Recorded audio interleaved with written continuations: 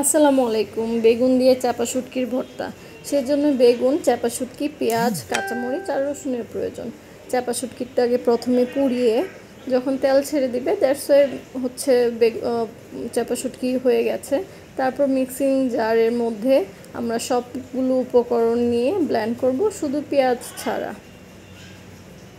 দেন আমাদের পেঁয়াজটা হচ্ছে একবার ব্লেন্ড করে ব্লেন্ডার একবার অন করে অফ করে দিব।